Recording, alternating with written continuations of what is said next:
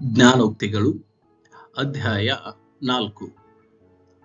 ಮಕ್ಕಳಿರ, ತಂದೆಯ ಶಿಕ್ಷಣವನ್ನು ಕೇಳಿರಿ, ವಿವೇಕವನ್ನು ಗ್ರಹಿಸಲಿಕ್ಕೆ ಕಿವಿಗೊಡಿರಿ.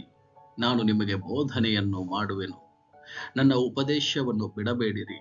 ನಾನು ನನ್ನ ತಂದೆಗೆ ಅಧೀನನಾದ ಮಗನೂ ತಾಯಿಯ ದೃಷ್ಟಿಗೆ ಕೋಮಲನಾದ ಏಕಪುತ್ರನೂ ಆಗಿದ್ದೆನು.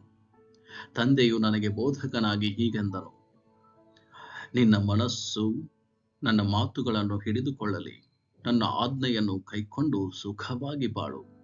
ಜ್ಞಾನವನ್ನು ಪಡೆ, ವಿವೇಕವನ್ನು ಸಂಪಾದಿಸು, ಮರೆಯಬೇಡ. ನನ್ನ ಮಾತುಗಳಿಗೆ ಓರೆಯಾಗಬೇಡ.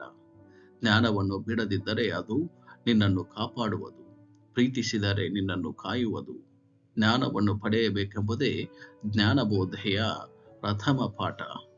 ನಿನ್ನ ಎಲ್ಲ ಸಂಪತ್ತಿನಿಂದಲೂ ವಿವೇಕವನ್ನು ಪಡೆ.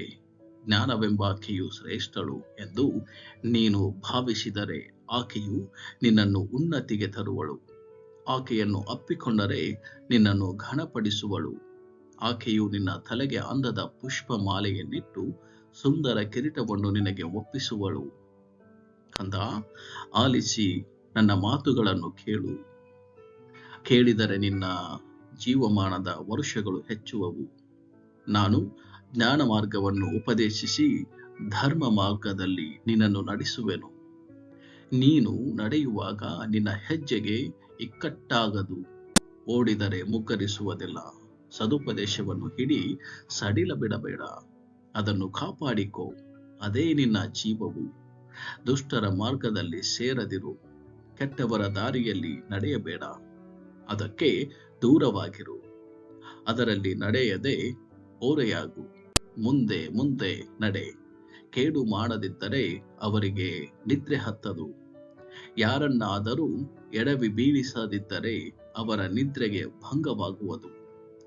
ದುಷ್ಟತನವೇ ಅವರ ಅನ್ನ, ಬಲಾತ್ಕಾರವೇ ಅವರ ದ್ರಾಕ್ಷಾರಸ ಪಾನ.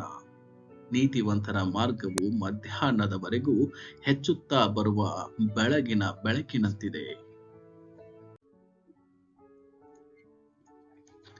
ದುಷ್ಟರ ಮಾರ್ಗವು ಕತ್ತಲಿನಂತಿದೆ.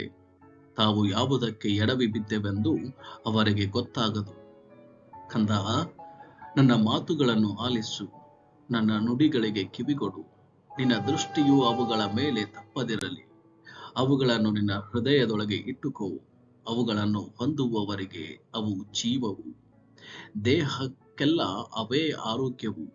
ನಿನ್ನ ಹೃದಯವನ್ನು ಬಹು ಜಾಗರೂಕತೆಯಿಂದ ಕಾಪಾಡಿಕೋ, ಅದರೊಳಗಿಂದ ಜೀವಧಾರೆಗಳು ಹೊರಡುವವು. ಸೊಟ್ಟ ಮಾತುಗಳನ್ನು ನಿನ್ನಿಂದ ತೊಲಗಿಸಿಬಿಡು. ತುಟಿಗಳ ವಕ್ರತೆಯನ್ನು ದೂರ ಮಾಡು, ನೆಟ್ಟಗೆ ದೃಷ್ಟಿಸು. ನಿನ್ನ ಕಣ್ಣುಗಳು ನಿನ್ನ ಮುಂದೆಯೇ ಇರಲಿ. ನೀನು ನಡೆಯುವ ದಾರಿಯನ್ನು ಸಮ ಮಾಡು. ನಿನ್ನ ಮಾರ್ಗಗಳೆಲ್ಲ ದೃಢವಾಗಲಿ. ಎಡಕ್ಕಾಗಲಿ ಬಲಕ್ಕಾಗಲಿ ತಿರುಗಬೇಡ. ನಿನ್ನ ಕಾಲನ್ನು ಕೇಡಿಗೆ ದೂರ ಮಾಡು.